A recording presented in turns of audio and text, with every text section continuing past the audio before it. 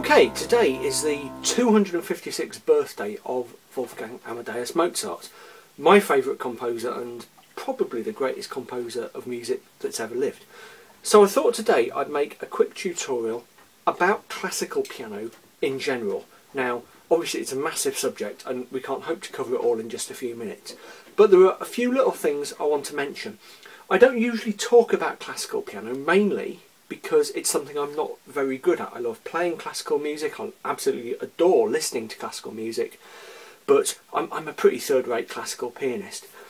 But playing classical piano or practicing classical piano makes a massive, massive, massive difference to all the other styles of piano I play.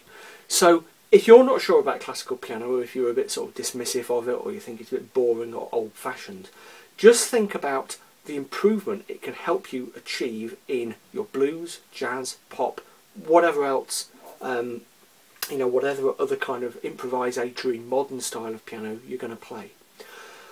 To kind of illustrate the point, what I'm going to do is just play a few bars of classical piano, some Mozart as it happens, and then talk a little about how that playing in that kind of style can help us develop some key skills. The bit I'm going to play is these 8 bars here, which is from the second movement of of Mozart's Piano Sonata in G, K283. Second movement's actually in C major, but the overall work is the Sonata in G, K283. The music for this is available in just about every music store in the entire world, probably. So if you want to have a go for yourself, by all means, find it. Okay, so let's have a listen to me playing just those 8 bars, and then take apart some of the lessons we can learn from it.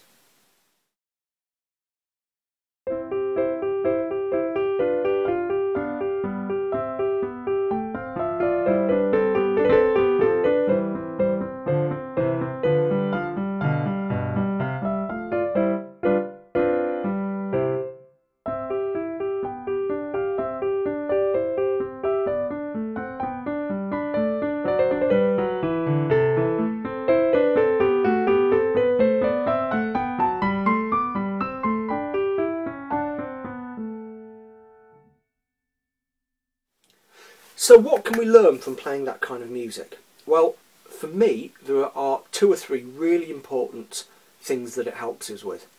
Probably the most important is that it teaches us strength and flexibility in both hands. Okay? If you spend a lot of time just playing blues or just playing pop, then what can happen is that your left hand gets really weak, because mostly all it does is play simple patterns or chords, and all the fancy stuff happens in the right. Okay? In classical piano, and especially in this kind of stuff that Mozart's writing, both hands are just as important. Okay? So at the start we have quite a patterns base in the left hand. Okay? But before very long we're getting to a situation where what the left hand and the right hand are doing are equally important. So if you look at the last 2 bars of what I played there,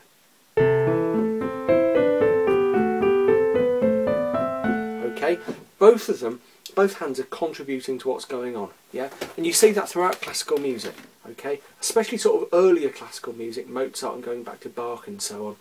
Lots and lots of work for the left hand, so it really, really gives your left hand a workout. The next thing it really kind of promotes is touch, yeah? One thing I often harp on about is the way that self-taught pianists often lack the kind of touch and control on the keyboard that trained classical pianists do. So, I mean, the example I always give is John Lennon playing Imagine, which I always think sounds really sort of clunky. Yeah. If you play this kind of music, then you have to play a lot of different dynamics. So we've got P here and F here. So starting soft and going to very loud, and doing that and keeping control means you really have to work on your touch. Okay. You also have to work on balancing left hand and right hand. So in the 3rd bar we have this.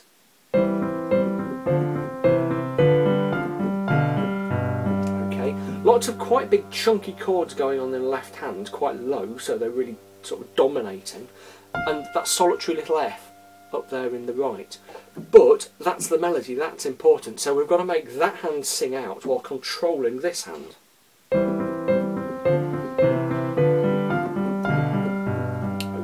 That's the kind of thing that really helps you promote your touch.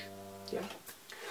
finally, the third really important thing is that it kind of really promotes precision of playing. Okay, with this kind of music, and with Mozart especially, you cannot get away with being sloppy. Yeah, if you make a mistake, you can't just fudge around it, you can't just improvise, you can't just mess around. You know, there's no kind of hiding. Okay, especially in those quite complicated runs.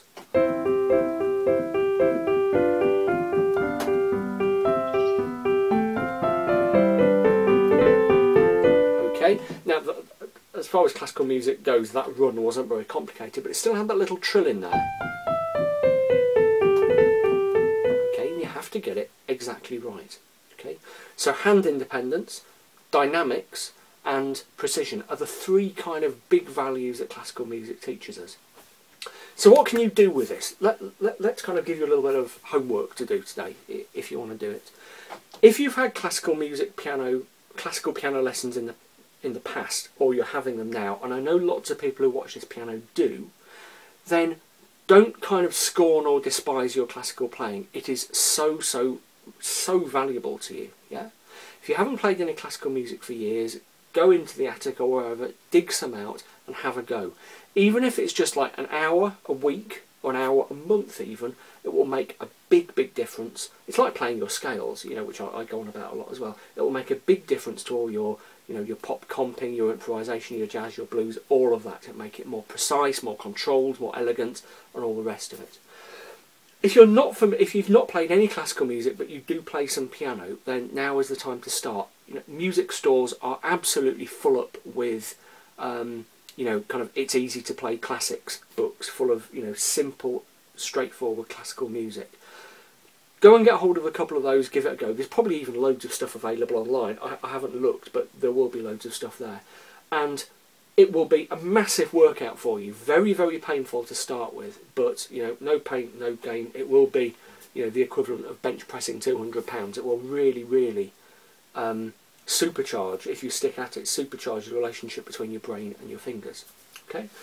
Okay, homework part 2 is a bit more listening. I've put together a Spotify playlist of Mozart's greatest hits, as it were, or what I think are the best bits. Okay, so 9 or 10 I think there are, short pieces of Mozart, which I think are absolutely awesome. So if you're new to Mozart, if you're new to classical music, head over and listen to that playlist. I'll put the link here, and I hope you enjoy it. It's purely for fun, and, you know, purely because I want to share my enthusiasm for Mozart. If you don't have Spotify, then sign up for Spotify right away, because it is absolutely awesome. Follow the link to the playlist and it will explain how to do that. Okay. Third bit of homework, if you're still with us, go to Facebook if you're on Facebook and visit the page of the London Mozart Players and give them a like.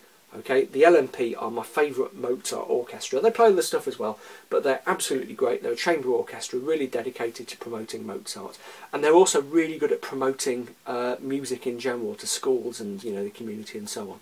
So head over to London Mozart Players. Again, I'll put a link in here on Facebook, and just explore around some of the stuff they're doing. Again, quick search on YouTube of some LMP stuff will bring up some lovely music. Okay, so there we go. At this point I usually give a little plug of my book, How to Really Play the Piano. No Mozart in here, no classical music in here, though I do talk about the benefits of it now and then in a couple of places in the book. But if you're thinking about jazz, blues, pop, that kind of thing, this book is designed to support these videos that I put on YouTube and to get you started. So, bit of a whistle stop there. Hope that was useful to you. Hope it was interesting. Bit out of the mainstream of what I usually talk about in these videos, but still, let's hope it's done you a bit of good.